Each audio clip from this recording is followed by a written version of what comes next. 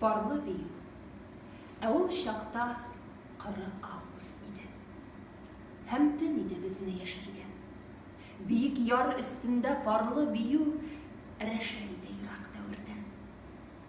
Мәҗүси җил сәдә кыргыйлыкның бихуш булып үрде чәчләрен. Бу мәңгелек халәт дидем шашып. Акыллырак идем, дәшмәдем. Ах, биедек, күзләрдәге ышкын үкшәләргә төште ургылып.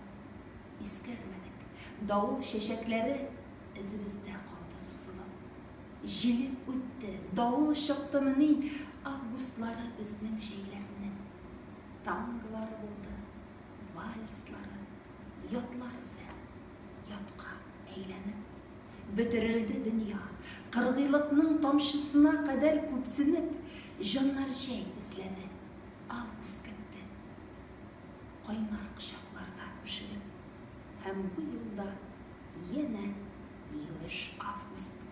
Кемнең кемнән усал көлүе, мәңгелекнең үзе булган икән. Ике җан